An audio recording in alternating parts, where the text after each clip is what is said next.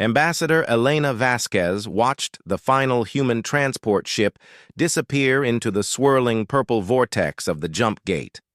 The massive vessel carrying the last 1,000 humans from the Andorian sector vanished without so much as a farewell transmission. No goodbye speeches, no diplomatic protocols, no acknowledgement of the 60 years of coexistence that had just ended. The silence was deafening. Standing beside her on the observation deck of the Galactic Council station, Ambassador Thekvar of the Zephyrian Empire shifted nervously. His usually vibrant blue scales had faded to a sickly gray color that betrayed his anxiety. "They said nothing," he whispered, his voice carrying the distinctive whistle that marked his species' emotional distress. Elena nodded slowly, her human features maintaining the diplomatic mask she had worn for decades, but inside, her heart raced with knowledge that none of her alien colleagues possessed. She was the only human remaining in the sector, and she would be leaving on the next transport. But first, she had a role to play. "The human delegation has concluded their business here," she said formally, her words echoing in the vast chamber that overlooked the jump gate. "We thank the Council for their hospitality." The other ambassadors gathered around them represented 12 different species from across the galaxy. Each one had spent decades working alongside humans, trading with them, sharing technology and culture.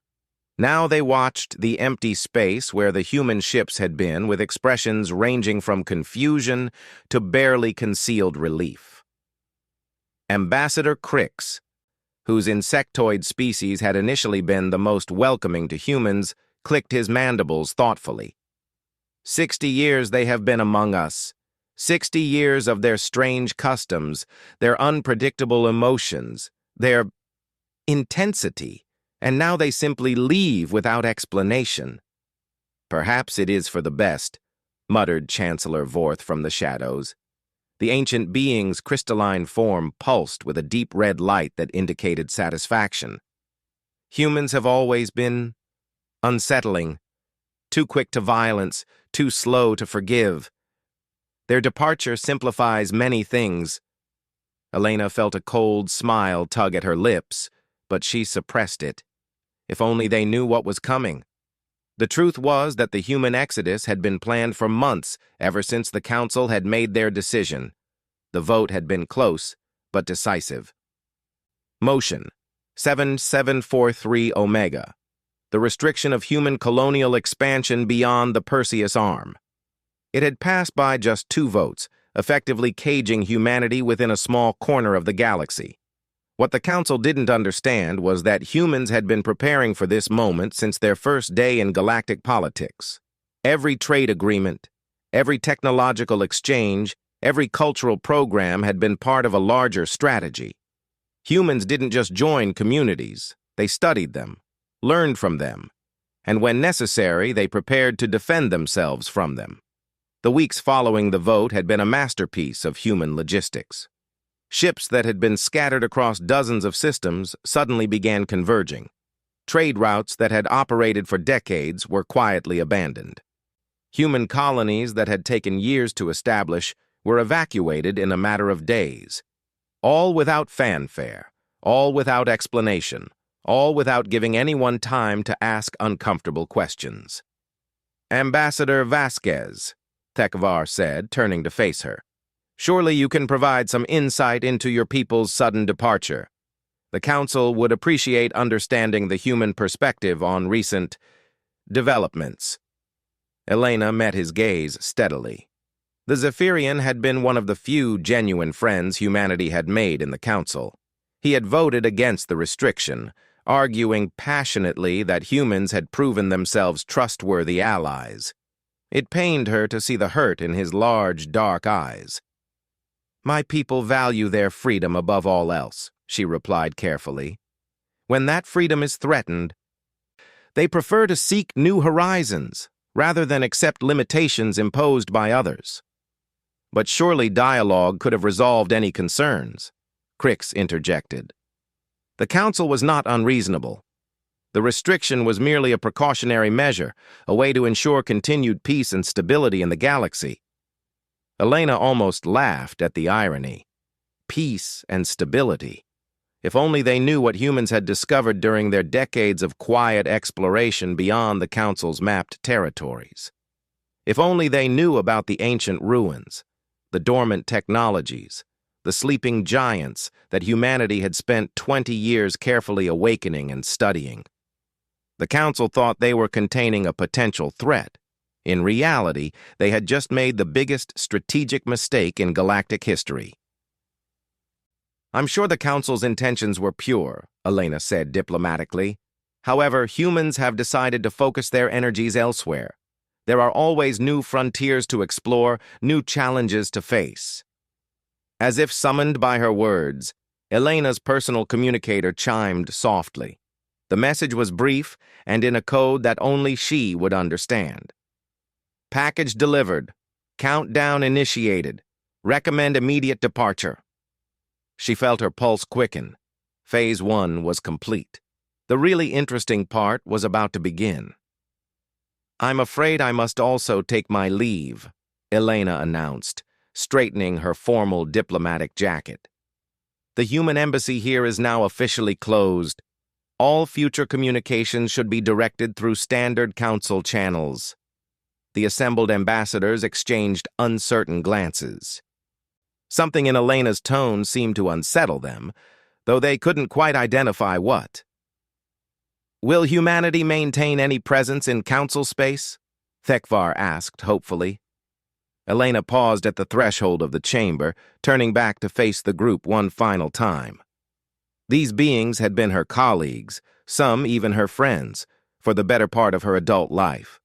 In different circumstances, she might have felt genuine sadness at this parting.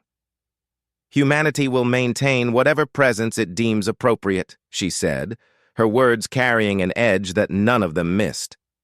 "I suggest the Council focus on its own affairs and allow humans to focus on theirs." With that, she walked away, her footsteps echoing in the corridor as she headed toward the diplomatic transport bay.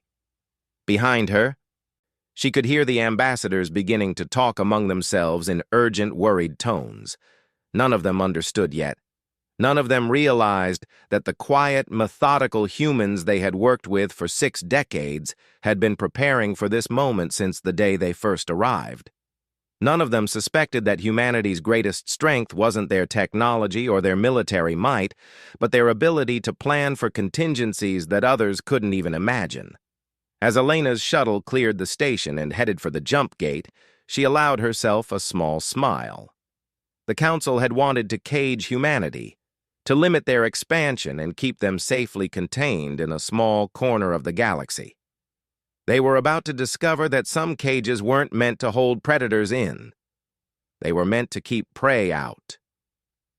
3 months after the last human transport disappeared through the jump gate, the Galactic Council chambers buzzed with an energy that hadn't been felt in decades. What had initially been relief at humanity's quiet departure had slowly transformed into something much more unsettling: fear.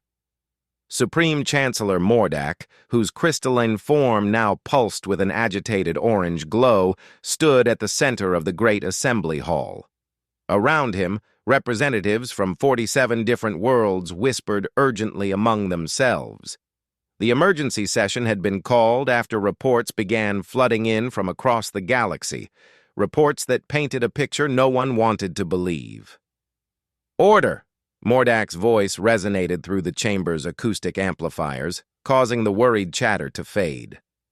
"We are gathered today to address the developments that have occurred since humanity's departure from Council space." Admiral Zexthor, military commander of the Rigelian Defense Fleet, stepped forward. His usually proud bearing seemed diminished, and his elaborate military decorations couldn't hide the defeat written across his features. "Honorable Chancellor, I regret to inform the Council that our border patrol fleets have encountered difficulties." "Define difficulties, Admiral," Chancellor Vorth interjected, her crystalline voice carrying a sharp edge that hadn't been there months earlier. Zexthor's throat sac inflated and deflated nervously. 7 of our patrol vessels have simply vanished. No distress calls, no debris fields, no trace of what happened to them. They were there one moment, gone the next. In each case, the disappearances occurred near the edge of what was formerly human space. A collective gasp echoed through the chamber. Patrol vessels were among the most advanced ships in the Galactic Fleet, equipped with the latest shield technology and staffed by elite crews. They didn't just vanish. Ambassador Thekvar, who had once counted humans among his closest allies, rose from his seat. "Admiral, are you suggesting that humans are responsible for these disappearances?" "I'm not suggesting anything," Zexthor replied grimly. "I'm stating facts. Our ships approach former human territories and they disappear. We've lost contact with 3 of our border monitoring stations. And yesterday?" He paused, as if the words were difficult to speak. "Yesterday, one of our scout ships detected massive energy signatures coming from the Helix Nebula, right at the heart of what used to be human space." "What kind of energy signatures?" demanded Counselor Crix, his mandibles clicking rapidly in agitation. "Unknown. Unlike anything in our databases, the readings were so intense that our instruments couldn't get an accurate measurement before the scout ship had to retreat to avoid sensor overload." The chamber erupted in worried conversation. Species that had barely spoken to each other in centuries were now huddled together, sharing intelligence and expressing concerns that none of them wanted to voice aloud. From the back of the chamber, a new voice cut through the chaos. "Perhaps the Council should have considered the consequences before attempting to cage humanity." All heads turned toward the speaker.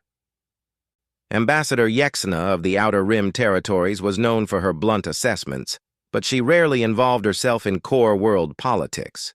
Her presence at this emergency session was significant enough, but her words sent a chill through the assembly.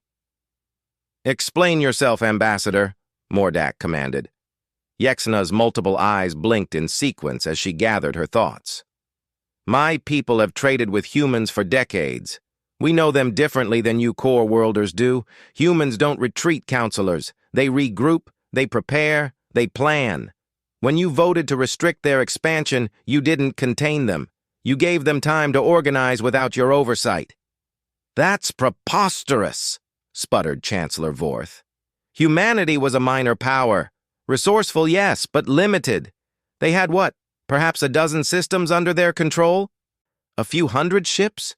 They were nowhere near powerful enough to challenge the Council's authority." "Were they?" Yexna asked quietly.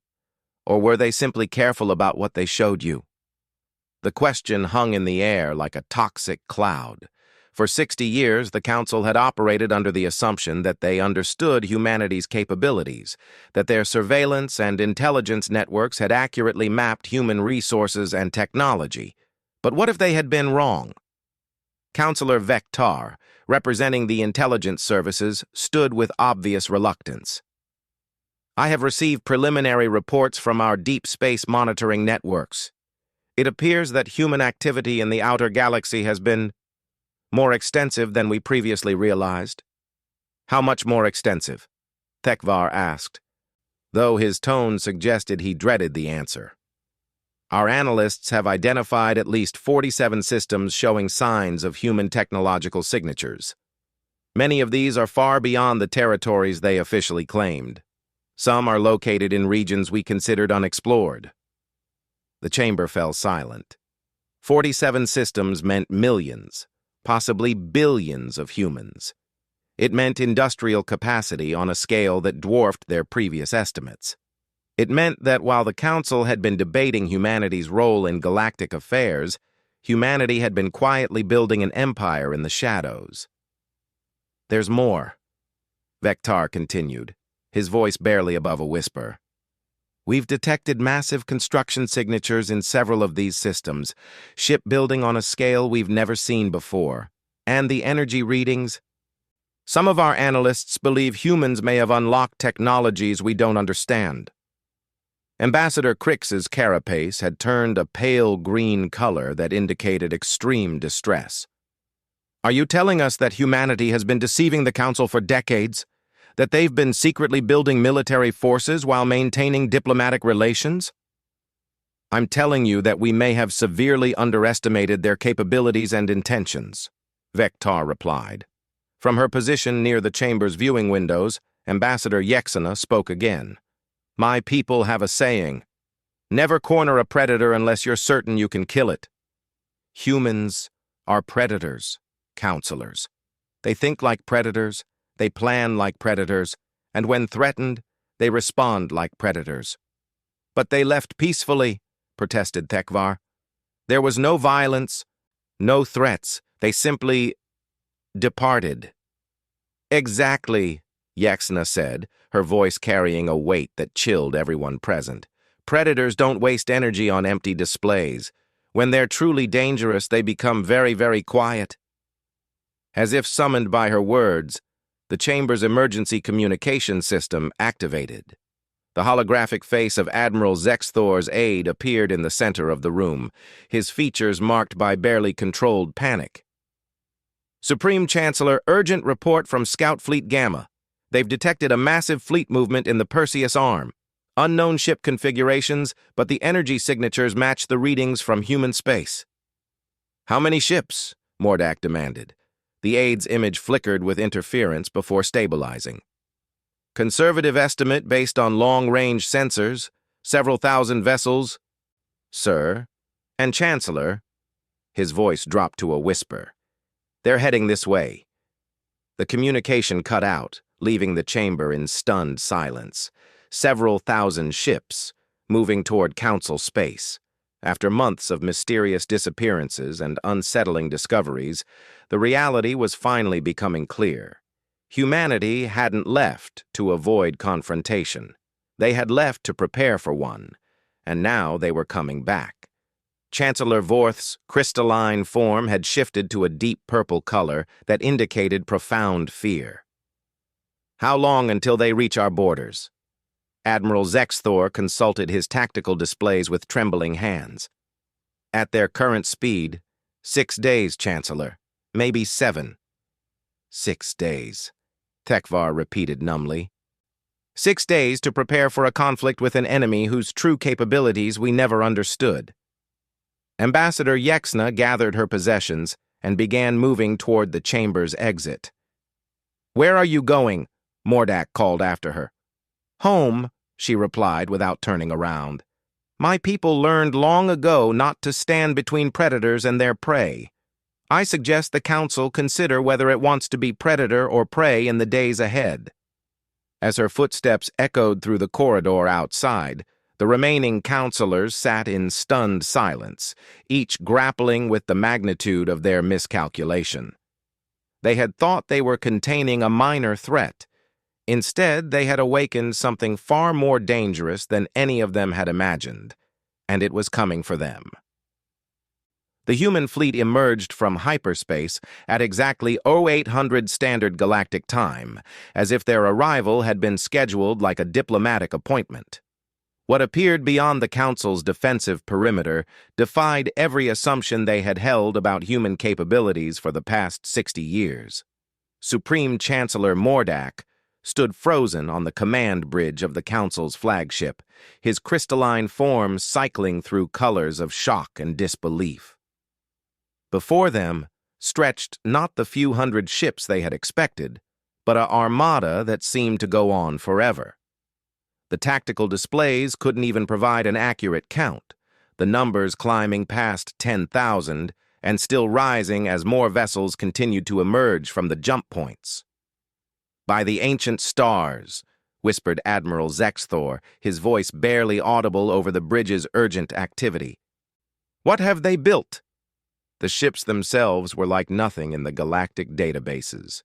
Sleek, predatory forms that seemed to absorb light rather than reflect it, covered in geometries that hurt to look at directly. Some vessels stretched for kilometers, dwarfing even the Council's largest dreadnoughts. Others were smaller, but moved with a fluid grace that suggested technologies beyond current understanding.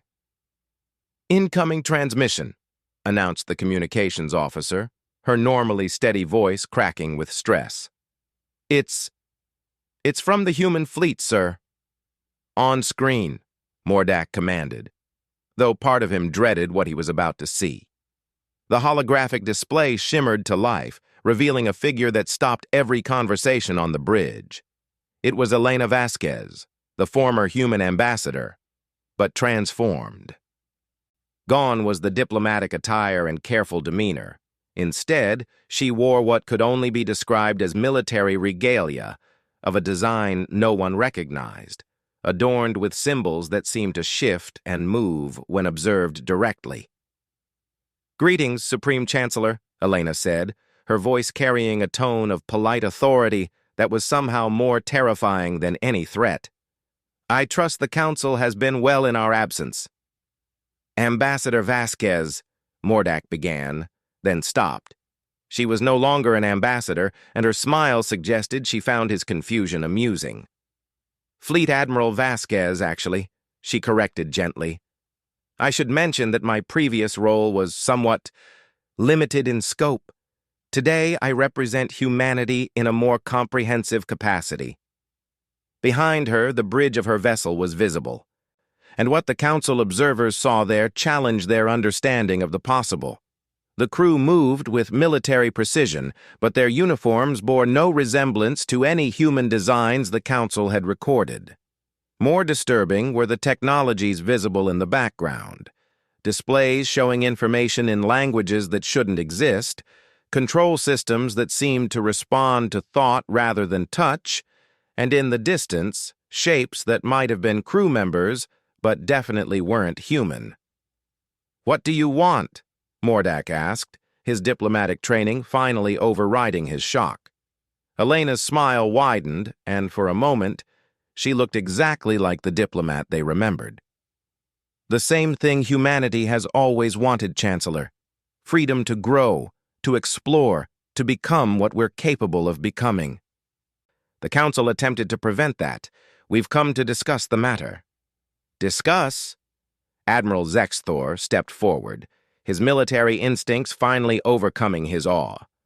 "You arrive with an invasion fleet and speak of discussion." "Invasion?" Elena seemed genuinely puzzled by the term. "Chancellor, we're not here to invade Council space. We're here to collect it." The distinction sent a chill through every being on the bridge. Invasion implied conquest, a fight between equals. Collection implied ownership, a right to take what was already yours. "I don't understand," Tekvar said, his translator struggling with the emotional undertones in his voice. "Collect what?" Elena gestured, and behind her, the displays showed a three-dimensional map of the galaxy. But it wasn't any map the Council had seen before. This one showed connections, patterns, infrastructures that spanned thousands of light years. It showed a galaxy already shaped by human influence, with Council space appearing as small islands in a vast human ocean. 60 years ago, when humanity first made contact with the Council, we were what you believed us to be," Elena explained conversationally. "A young species with limited technology and resources. But you see, humans have a particular talent. We learn, we adapt, we prepare." The map shifted, showing timeline progression. What had appeared as scattered human settlements in the early years were revealed to have been carefully positioned staging points. Trade routes that had seemed commercial were shown to be logistical networks. Cultural exchanges that had appeared friendly had been intelligence-gathering operations. Every diplomatic meeting, every trade agreement, every seemingly innocent cultural exchange was an opportunity to study your technologies, your tactics, your weaknesses, Elena continued. While the Council debated humanity's role in galactic affairs, we were building relationships with species you'd never contacted, exploring regions you'd never mapped, developing technologies you couldn't imagine. Counselor Crix's mandibles clicked in distress. "The ancient ruins in the Outer Rim. The archaeological expeditions you requested permission for. You weren't just studying history. Very good, Elena praised. We were studying our predecessors. The galaxy has seen many galactic councils, many attempts at centralized governance. They all fell eventually, but they left behind such interesting artifacts. The display shifted again, showing massive constructions in the deep space between galaxies, structures that looked like they had grown rather than been built, incorporating technologies that seemed to blend organic and mechanical engineering in ways that shouldn't be possible. The precursors, breathed Vector from his intelligence station.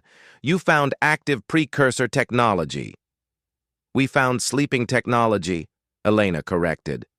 Technology waiting for minds capable of understanding it.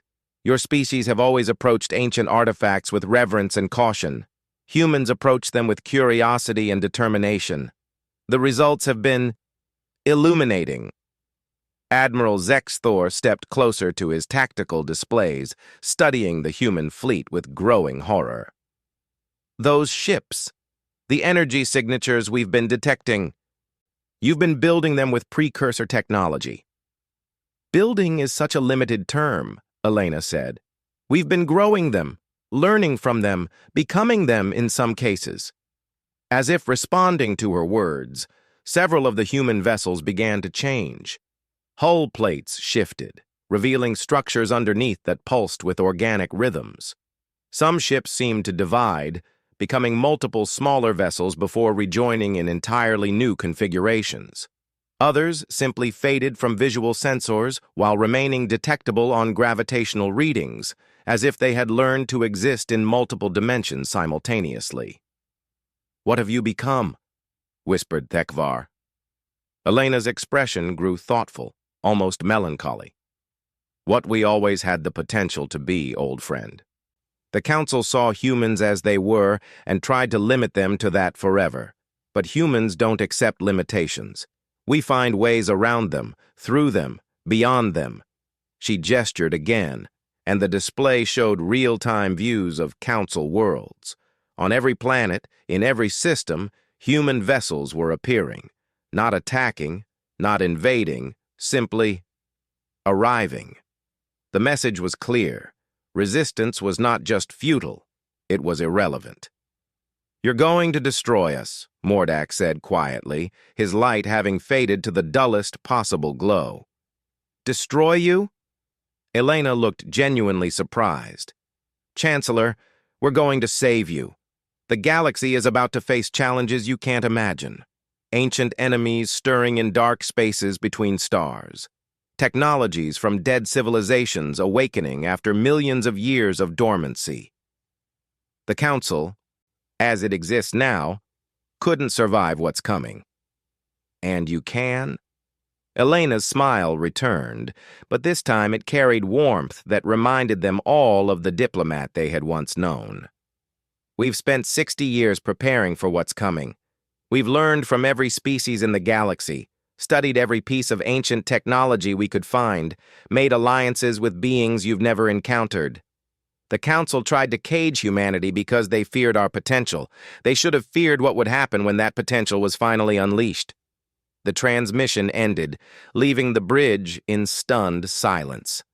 Around them, the human fleet continued its inexorable approach, moving with the confidence of a force that had already won. "Orders, sir," Admiral Zexthor asked quietly. Mordak stared at the approaching vessels for a long moment, his crystalline form finally settling into a deep blue that indicated acceptance and profound sadness. "Stand down all weapons, open all communication channels, and prepare to surrender Council authority to humanity." "Sir?"